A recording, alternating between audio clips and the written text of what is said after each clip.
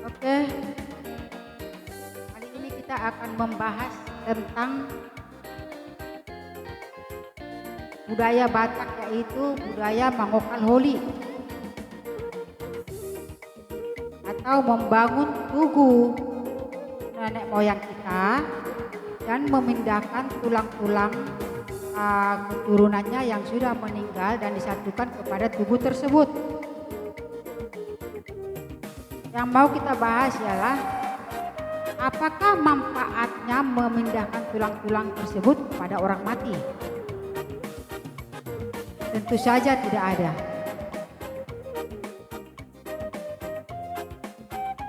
Satu Korintus 15 ayat 45 sampai 49 menyatakan bahwa orang yang mati akan meninggalkan tubuh yang alamiah dan kembali ke debu tanah.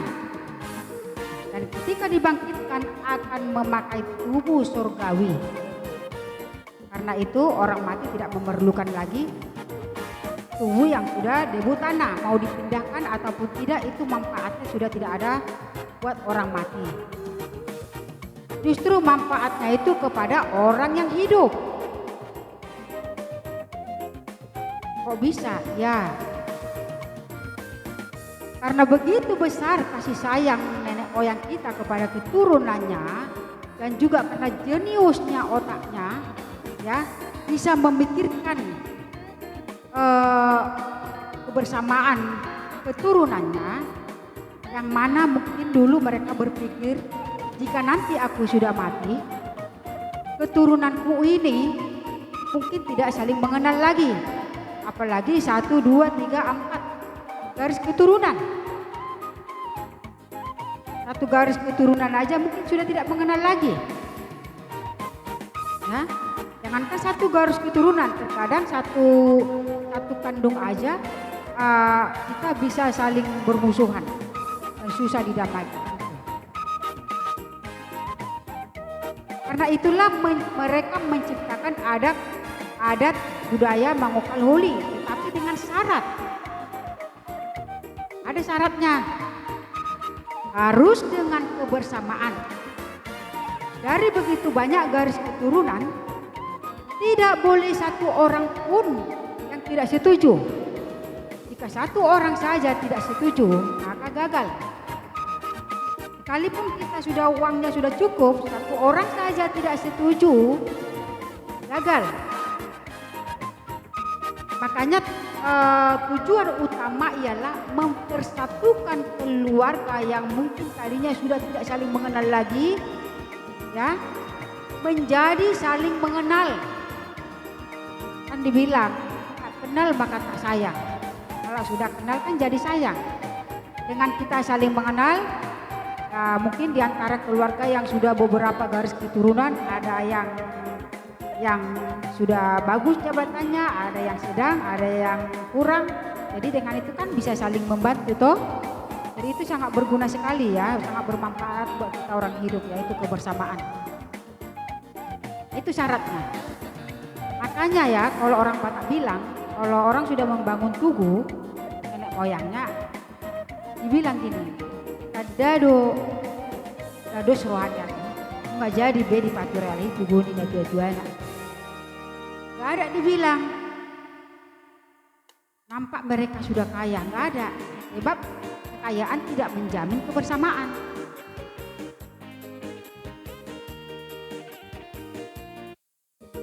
Kalau bahasa Bataknya itu, bahasa Indonesianya,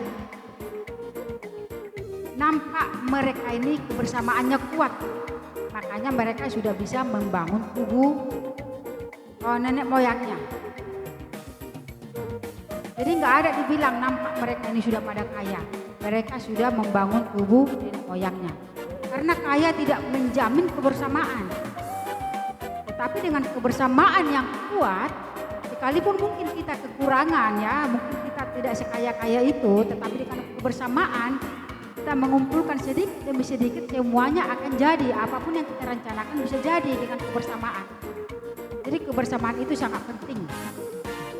Maka kalau ditanya apakah Mangokal Holi ini salah dengan agama atau dengan Alkitab? Tidak.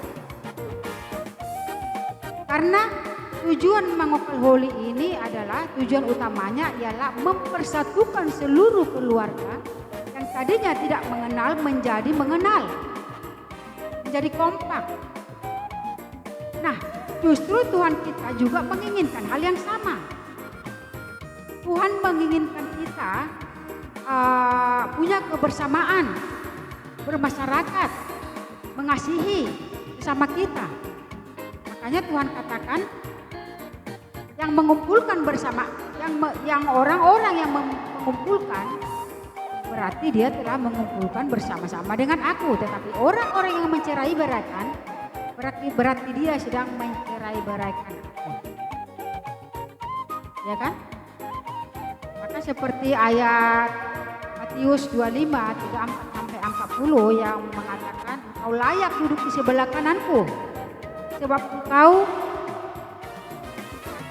memberi aku makan saat aku lapar, memberi aku baju saat aku telanjang, memberi aku tumpangan saat aku butuh tumpangan, menjenguk aku saat aku di penjara.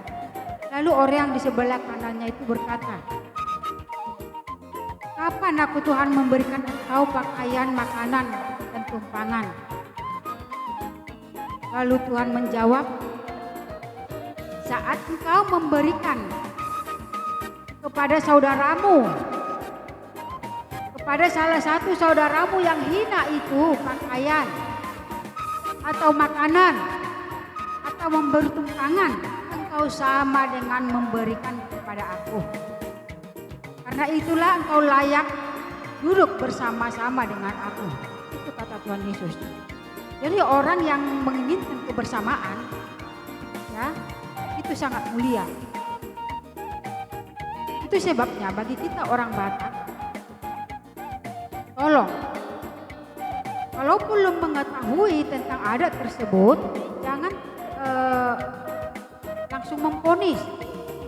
Cari tahulah kepada orang Batak yang mempunyai adat tersebut. Jangan cari tahu di luar daripada orang Batak, karena mereka tidak akan tahu. Karena ada saya lihat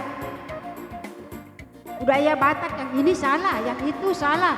Padahal dia belum mencari tahu. Ingat, kejahatan berpikir mendahului sesuatu yang tidak kita ketahui. Ya.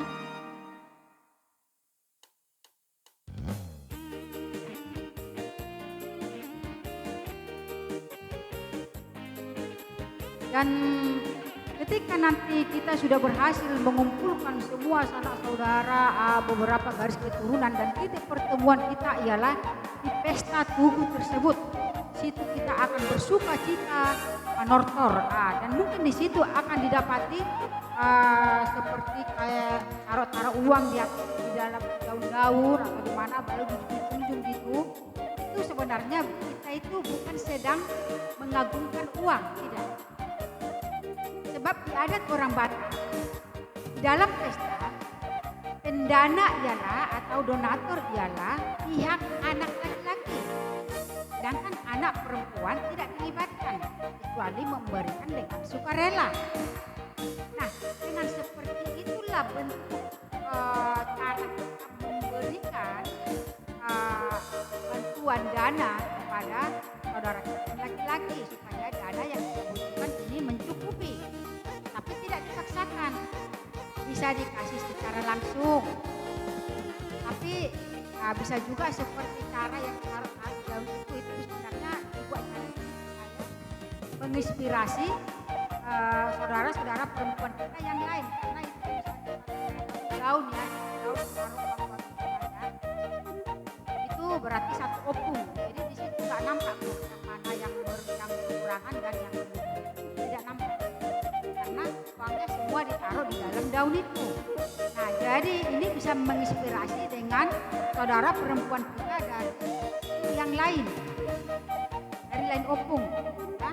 Mungkin kita bisa menjadi berlomba-lomba memberikan yang terbaik untuk pesta ini.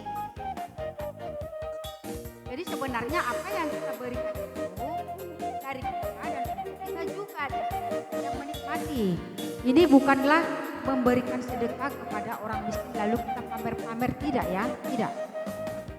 Tetapi ini untuk keperluan pesta Mango Kalhuli ini, pestanya itu. Jadi ini untuk kebutuhan kita bersama. Seperti itu saudaraku.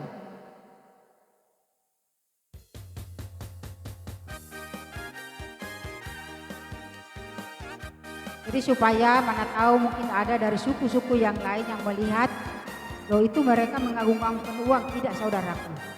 Tidak ada satupun di antara adat ini yang mengagungkan ataupun menyembah ataupun berpengharapan kepada benda-benda. Tidak ada. Kita hanya berpengharapan dan menyembah kepada Tuhan saja. Tidak ada, sama sekali tidak ada. Ini murni hanya untuk menyatukan keluarga yang sudah jauh menjadi dekat dan yang tidak kenal menjadi saling mengenal. Dan juga tidak dipaksakan. Memang ada Batak ini ya luar biasa. Kalau saya lihat ya, ada banyak adat Batak ini yang menyerupai firman Tuhan. Sama seperti misalnya kayak pesta perkawinan pun. Tujuannya sebenarnya membuat adat itu bukan karena